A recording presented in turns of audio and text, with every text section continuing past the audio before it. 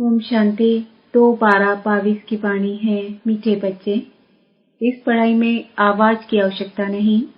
यहाँ तो बाप ने एक ही मंत्र दिया है कि बच्चे चुप रहकर मुझे याद करो।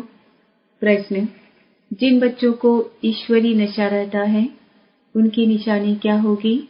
उत्तर: ईश्वरी नशे में रहने वाले बच्चों की चलन बड़ी रॉयल होगी। मुख से बहुत कम बोलेंगे, उनके मुख से सदैव रत्न ही निकलेंगे। वैसे भी रॉयल मनुष्य बहुत थोड़ा बोलते हैं। तुम तो ईश्वरी संतान हो, तुम्हें रॉयल्टी में रहना है। ओम शांति। बेहद का बाप बैठ बेहद के बच्चों को समझाते हैं। ऐसे तो कोई होता नहीं जो कहे कि बेहद के बच्चों प्रति समझाते हैं। बच्चे समझते हैं कि हमारा बेहद का बाप वह है जिसको शिव बाबा कहते हैं। यूं तो बहुत मनुष्य है जिनका नाम शिव होता है, परंतु वह कोई बेहद का बाप नहीं। बेहद का बाप एक ही है जो परम धाम से आया है। उस निराकार को ही पुकारते हैं। उनको भगवान कहा जाता है।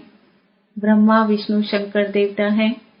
भगवान जो परम धाम में रहते हैं वह सब आत्माओं का बाप है। तुम कोई गुरु गोसाई आदि के आगे नहीं आए हो। तुम जानते हो कि हम बेहद बाप के आगे बैठे हैं। बेहद का बाप मधुबन में आया है। वो लोग कहते हैं श्री कृष्ण मधुबन में आया, परंतु नहीं, बेहद के बाप की ही मुरली मधुबन में बजती है। बाप समझाते हैं मैं कल्प कल्प संगम युग पर आता हूँ, न कि युगे युगे। यह भूल कर दी है जो कहते हैं युगे युगे आता हूँ। यह जो भी शास्त्र आदि हैं यह सब भक्ति के हैं, ऐसे नहीं कि यह अनादि हैं। बाबा ने समझाया है यह सागर और पानी की नदियां अनादि हैं ही, बाकी ऐसे नहीं कि भक्ति अनादि है। तुम जानते हो सतयुग त्रेता में भक्ति होती नहीं, भक्ति शुरू होती है द्वापर में। बेहद का बाप जो ज्ञान का सागर है वह इस ब्रह्मा द्वारा बैठ ज्ञान सुनाते हैं। सूक्ष्म वतन में तो नहीं सुनाएंगे। बाप यहाँ सन्मुख बैठ समझाते हैं तब तो गाते हैं दूर देश के रहने वाले आए देश पर आए। तुम जानते हो हम आत्माएं ब्रदर्स हैं, दूर देश के रहने वाले हैं। यह गाने वाले तो कुछ भी नहीं समझते।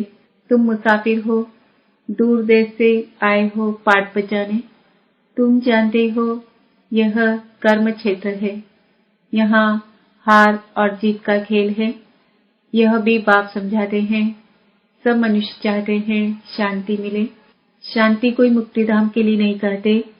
यहाँ रहते शांति मांगते हैं, परंतु यहाँ तो मन की शांति मिल न सके। सन्यासी लोग शांति के लिए जंगल में चले जाते हैं। उनको ये पता ही नहीं कि हम आत्माओं को शांति अपने निराकारी दुनिया में ही मिल सकती है। वह समझते हैं आत्मा ब्रह्म अथवा परमात्मा में लीन हो जाती है। यह भी नहीं समझते कि आत्मा का स्वधर्म है ही शांत। यह आत्मा बात करती है। आत्मा रहती है शांति धाम में, वहां ही उसको शांति मिलेगी। इस समय सबको शांति चाहिए। सुख को कोई सन्यासी मानते नहीं, निंदा करते हैं, क्योंकि शास्त्रों में दिखाया है कि सत्युग त्रेता में भी कंस जरासंधि थे, लक्ष्मी नारायण को भूल गए हैं, तमो प्रधान बुद्धि हो गए हैं। बाप कहते हैं मैं हूँ निराकार। वो लोग कहते हैं परमात्मा नाम रूप से न्यारा है। एक तरफ महिमा गाते हैं, फिर कहते हैं सर्वव्यापी है। जब नाम रूप से न्यारा है फिर सर्वव्यापी कैसे होगा? आत्मा का भी रूप जरूर है, कोई कह न सके आत्मा नाम रूप से न्यारी है। कहते हैं भ्रकुटी के बीच चमकता है अजब सितारा। तो आत्मा ही एक शरीर छोड़ दूसरा लेती है। परमात्मा पुनर्जन्म नहीं लेते, जन्म मरण में मनुष्य आते हैं। यह है तुम्हारी पढ़ाई। पढ़ाई में कोई बाजा गाजा नहीं बजाते। तुम्हारी पढ़ाई होती है सवेरे, उस समय मनुष्य सोए रहते हैं। वास्तव में तुमको रिकॉर्ड बजाने की भी दरकार नहीं है। हम तो आवाज से परे जाते हैं। यह तो निमित्त सबको जगाने के लिए बजाने पड़ते हैं। मुरली पढ़ने अथवा सुनने में आवाज बाहर नहीं जाता है। पढ़ाई में आवाज होता ही नहीं है। बाप बैठ मंत्र देते हैं, बच्चे चुप रहकर मुझे याद करो। यहाँ कोई गुरु आदि तो है नहीं जो बैठ एक एक को कान में मंत्र दे, फिर कह देते किसको नहीं सुनाना। यहाँ तो वो बात नहीं है। बाबा तो ज्ञान का सागर है। यह है गीता पाठशाला। तो पाठशाला में मंत्र दिया जाता है क्या? तुम जब किसको पर्सनल समझाते हो तो रिकॉर्ड बजाते हो क्या? नहीं, क्लास में भी ऐसे समझाना है। चित्र भी सामने है। जिसने कभी नक्शा ही नहीं देखा होगा तो क्या समझेंगे कि इंग्लैंड नेपाल कहाँ है? अगर नक्शा देखा होगा तो बुद्धि में आएगा। तुम बच्चों को भी चित्रों पर सारा ड्रामा का राज समझाया जाता है।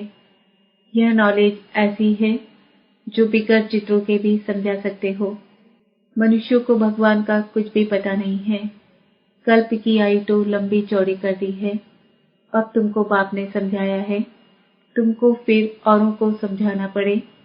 4 युगों का 4 हिस्सा करना पड़े, फिर आधा आधा करना पड़े। आधा में नई दुनिया, आधा में पुरानी दुनिया। ऐसे नहीं कि नई दुनिया की आयु बढ़ी देंगे। समझो कोई मकान की आयु 50 वर्ष है तो आधा में पुराना कहेंगे। दुनिया का भी ऐसे है।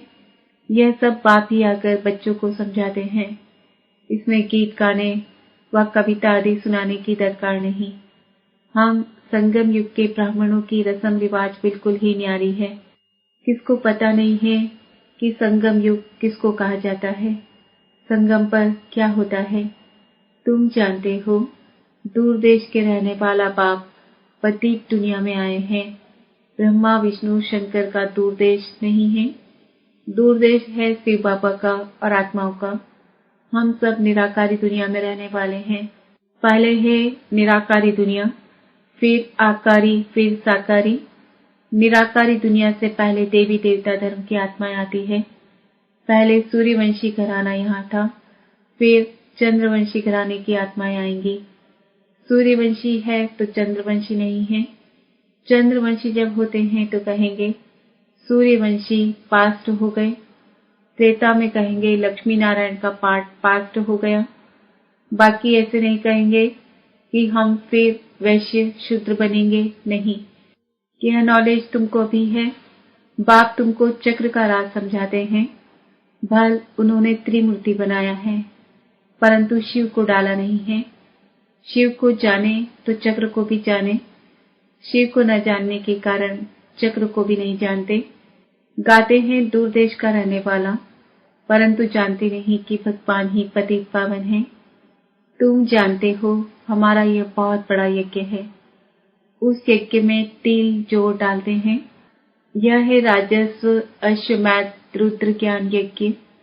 इस यज्ञ में सारी पुरानी दुनिया की सामग्री स्वाहा होनी है। जिसको राज्य पाना है वही योग में पूरा रहते हैं। सिल्वर एज में भी 2 कला कम कहा जाता है। पहले 1250 वर्ष सतयुग के हैं, फिर 625 वर्ष में 1 कला कम हो जाती है। उतरती कला है ना, त्रेता में और भी खाद पड़ जाती है। अब तुम बच्चों को समझाया जाता है, जितना बाप के साथ बुद्धि योग रखेंगे तो खाद निकल जाएगी, नहीं तो सजा खाकर फिर सिल्वर एज में आ जाएंगे। श्री कृष्ण को सब प्यार करते हैं, झूला झुलाते हैं। राम को इतना नहीं झुलाएंगे। आजकल तो रेस की है, परंतु यह कोई नहीं जानते कि लक्ष्मी नारायण ही छोटेपन में राधे कृष्ण हैं। राधे कृष्ण पर बहुत दोष लगाए हैं, लक्ष्मी नारायण पर कोई दोष नहीं। श्री कृष्ण तो छोटा बच्चा है। बच्चा और महात्मा समान कहते हैं। महात्मा लोग तो सन्यास करते हैं। श्री कृष्ण तो पतित था ही नहीं जो सन्यास करे। छोटा बच्चा पवित्र होता है, इसलिए उनको सब प्यार करते हैं। पहले है सतो प्रधान, फिर सतो रजो तमो में आते हैं। श्री कृष्ण को सब बहुत याद करते हैं। बाबा का मन मना भाव मंत्र तो बहुत नामी ग्रामी है। देही अभिमानी बनो, देह के सब धर्म छोड़ो। यह ज्ञान तुम कोई भी धन वाले को दे सकते हो। बेहद का बाप कहते हैं अल्लाह को याद करो। आत्मा अल्लाह का बच्चा है। आत्मा कहती है खुदा ताला, अल्लाह साईं, जब अल्लाह कहते हैं तो जरूर आत्मा का बाप निराकार है, उनको ही सब याद करते हैं। अल्लाह कहने से जरूर नजर ऊपर जाएगी। बुद्धि में आता है कि अल्लाह ऊपर में रहता है, यह है साकार सृष्टि, हम वहां के रहने वाले हैं। बाप कहते हैं हम भी मुसाफिर, तुम भी मुसाफिर हो, परंतु तुम मुसाफिर पुनर्जन्म में आते हो, मैं मुसाफिर पुनर्जन्म में नहीं आता। मैं तुमको छी पुनर्जन्म से छुड़ाता हूँ। इस रावण राज्य में तुम बहुत दुखी हो, तब तो मुझे बुलाते हो। बाप कितनी अच्छी अच्छी बातें तुमको समझाते हैं। बच्चे अभी खेल पूरा होता है, यहाँ बहुत दुख है। हर चीज कितनी महंगी हो गई है, फिर सस्ती थोड़ी होगी। आगे सस्ताई थी, सबके पास अनाज आदि खूब रहता था। सतयुग को कहते हैं गोल्डन एज। वहां सोने के सिक्के थे, वहां सोना ही सोना होगा, चांदी भी नहीं। वहां बाजार भी पक्के की होगी, हीरे जवाहर क्या क्या पहनते होंगे। वहां हीरे जवाहरों का ही खेल चलता है। खेती बाड़ी ढेर होगी। यहाँ अमेरिका में अनाज इतना होता है जो जला देते हैं। अभी तो जो बचत होती है वह बेच देते हैं, भारत को दान करते हैं। भारत की गति देखो क्या हो गई है। बाप कहते हैं मैंने तुमको कितना राज्य भाग्य दिया था।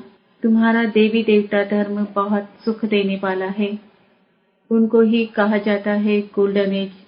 मोहम्मद गजनबी कितने हीरे जवाहरों के माल लूटकर ऊंट बढ़ा कर ले गया। कितना माल उठाया होगा, कोई हिसाब थोड़े ही कर सकेंगे। अब तुम फिर मालिक बन रहे हो। एक मुसाफिर सारी दुनिया को हसीन बनाने वाला है। कब्रिस्तान को बदल परिस्तान स्थापन करते हैं।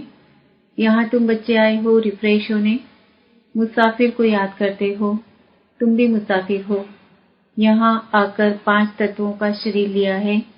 सूक्ष्म वतन में 5 तत्व होते नहीं, 5 तत्व यहाँ होते हैं जहाँ तुम पाठ बजाते हो। हमारा असली देश वहाँ है। इस समय आत्मा पतित बन गई है, इसलिए बाप को पुकारते हैं कि आप आओ, आकर हमको पावन बनाओ। रावण ने हमको पतित बनाकर काला कर दिया है। जब से रावण आया है तो हम पतित बने हैं। अब समझते जरूर हैं हम पावन थे, तब तो याद करते हैं। हे पतित पावन आओ। कोई तो है जिसको बुलाते हैं। बच्चे बाप को बुलाते हैं ओ गॉड फादर। उनका नाम ही है हेवनली गॉड फादर, तो जरूर हेवन ही रचेगा। बाबा ने समझाया है पढ़ाई में बाजे गाजे की दरकार ही नहीं है। बाबा ने कह दिया है कोई अच्छे अच्छे रिकॉर्ड हैं जो बाबा ने बनवाए हैं, तो जब देखो उदासी आती है तो अपने को रिफ्रेश करने के लिए भल ऐसे ऐसे गीत बजाओ, परंतु जितना आवाज कम करेंगे तो अच्छा है। रॉयल मनुष्य कम आवाज करते हैं, मुख से थोड़ा बोलना है, जैसे रत्न निकलते हैं। तुम ईश्वर के बच्चे हो तो कितनी रॉयल्टी, कितना तुम्हारे में नशा होना चाहिए। राजा के बच्चे को इतना नशा नहीं होगा जितना तुमको रहना चाहिए। अच्छा, मीठे मीठे सिक्किलते बच्चों प्रति माता पिता बाप दादा का याद प्यार और गुड मॉर्निंग। रूहानी बाप की रूहानी बच्चों को नमस्ते। हम रूहानी बच्चों की रूहानी बाप दादा को याद प्यार गुड मॉर्निंग, नमस्ते नमस्ते नमस्ते, ओम शांति। धारणा के लिए मुख्य सार, अपने को सदा रिफ्रेश रखना है, मुख से रत्न ही निकालने हैं। कभी उदासी आदि आए तो बाबा के बनवाए हुए गीत सुनने हैं। देही अभिमानी बनने की प्रैक्टिस करनी है। याद में रह खाद निकालने का पुरुषार्थ करना है। वरदान, एक की याद में मन को एकाग्र कर मन मना भव रहने वाले एवर रेडी संपूर्ण भव। सदैव स्मृति में रखो कि हर समय एवर रेडी रहना है। किसी भी समय कोई भी परिस्थिति आ जाए, लेकिन हम एवर रेडी रहेंगे। कल भी विनाश हो जाए तो हम तैयार हैं। एवर रेडी अर्थात संपूर्ण। संपूर्ण बनने के लिए एक बाप दूसरा न कोई। यह तैयारी चाहिए। मन सदा एक की तरफ मन मनाभाव है तो एवर रेडी बन जाएंगे। एवर रेडी होकर सेवा करो तो सेवा में भी सहयोग मिलेगा, सफलता भी मिलेगी। स्लोगन: बाप की 1000 गुना मदद के पात्र बनना है तो हिम्मत के कदम आगे बढ़ाओ। आज का समान है। मैं आत्मा